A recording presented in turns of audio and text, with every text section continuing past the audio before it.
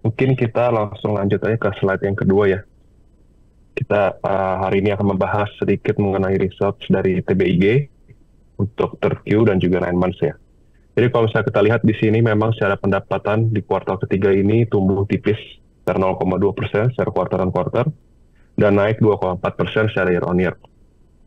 Dan kalau misalnya kita secara segmentasi dari bisnisnya Tebik sendiri ini masih didorong oleh segmen fiber mereka ya, di mana untuk segmen fiber mereka ini mencapai 140 miliar di kuartal ketiga naik 3,3% dan naik 30% secara year on year. Dan secara kumulatif di 9 months pendapatan Tebik sendiri tumbuh 3,5%, di mana masih didorong oleh pendapatan dari fiber service mereka ya yang naik lumayan cukup signifikan, kita 70,6%. Hal ini masih sejalan dengan estimasi kami dan juga konsensus. Namun kalau misalnya kita lihat di sini dari segi EBITDA, memang ada sedikit penurunan ya. Dari kuartal ketiga ini turun 0,8%, mencapai 1,3 triliun. Dan secara kumulatif juga masih tumbuh 2,8%, mencapai 4 triliun ya. Kita di sini expect dengan adanya sales mix yang shifting dari tower service ke fiber service ini mengakibatkan adanya penurunan EBITDA. Dilihat dari EBITDA margin yang sedikit menurun ya, mencapai 78,1% di 9 months. Namun kalau kita lihat di sini dari segi bottom line dari Tebik sendiri di third quarter ini tumbuh lumayan di 14,6% quarter on quarter dan tumbuh 1,6% secara year on year ya. Hal ini masih didorong oleh adanya forex gain mereka di third quarter mencapai 17 miliar, di mana di second quarter ini mereka mencatatkan forex loss ya. Hal ini diakibatkan adanya apresiasi dari USD IDR. Dan secara kumulatif, net income Tebik sendiri mencapai 1,2 triliun, naik 4,4%, sejalan dengan estimasi kami dan juga konsensus. Oke, next. Ya, kalau misalnya kita lihat secara operasional juga Tebik sendiri di sini mencatatkan pertumbuhan tower dan juga tenan yang masih sedikit relatively slower ya dibandingkan dengan kompetitor di industri yang sama. Dan juga untuk Tebik sendiri di Nanmas ini mencatatkan tenancy ratio sebesar 1,8 kali. Memang dari segi manajemen mereka belum bisa disclose untuk fiber optic aset mereka. Jadi kita expect pertumbuhan dari fiber segmen mereka masih didorong oleh penambahan dari fiber walaupun kita masih belum tahu panjangnya seberapa. Dan kalau misalnya kita lihat sendiri untuk lease rate mereka di 9 Mars ini masih relatif flat ya. Dan juga dari segi tahun lalu cenderung menurun dari 12,8 juta per bulan mencapai di 9 Mars ini di 12,4 juta per bulan. Oke, next. Ya, kalau misalnya kita lihat secara breakdown, memang sekarang segmen telco service atau tower service ini masih menjadi penopang dari pendapatan Tebik sendiri hingga third quarter kemarin ya. Ini mencapai sekitar 85 hingga 90% dari total pendapatan Tebik. Dan dari segi tenancy ratio juga memang ada sedikit penurunan ya dibandingkan awal tahun lalu di 1,87 kali dan di Mas kemarin itu hanya mencapai 1,8 kali. Hal ini tuh diakibatkan oleh adanya peningkatan segmen di luar Jawa, di mana untuk tenannya ini masih belum terlalu padat seperti di Pulau Jawa ya.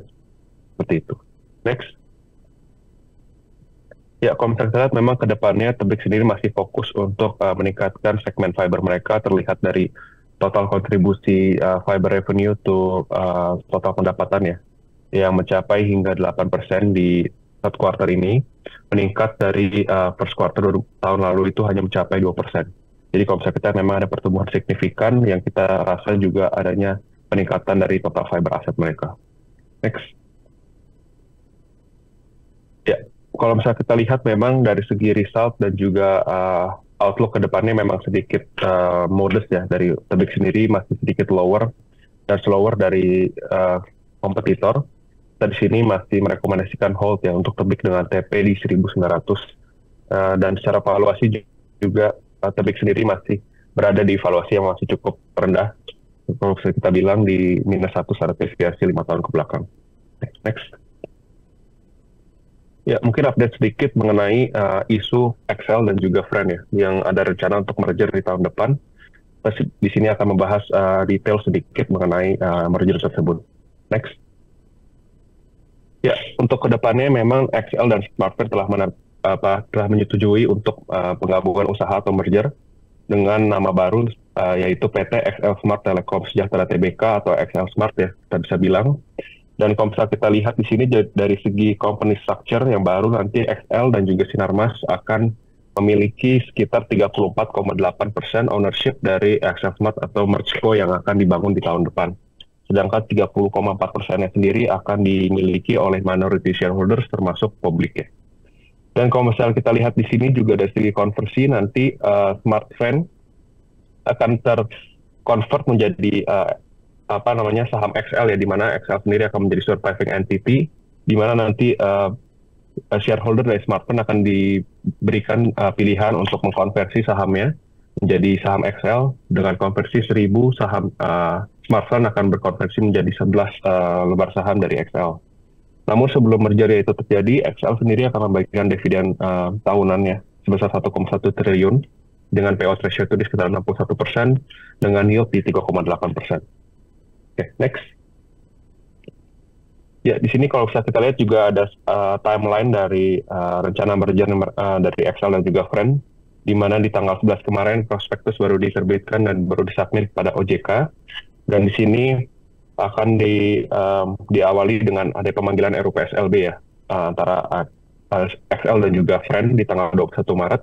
Dan juga kalau misalkan memang sudah approve dari segi shareholder dan juga publik, untuk finalisasi dari merger sendiri akan dilakukan di tanggal 15 April tahun 2025 ya. Jadi kita expect untuk tahun depan memang secara merger akan terjadi sebelum first half tahun 2025.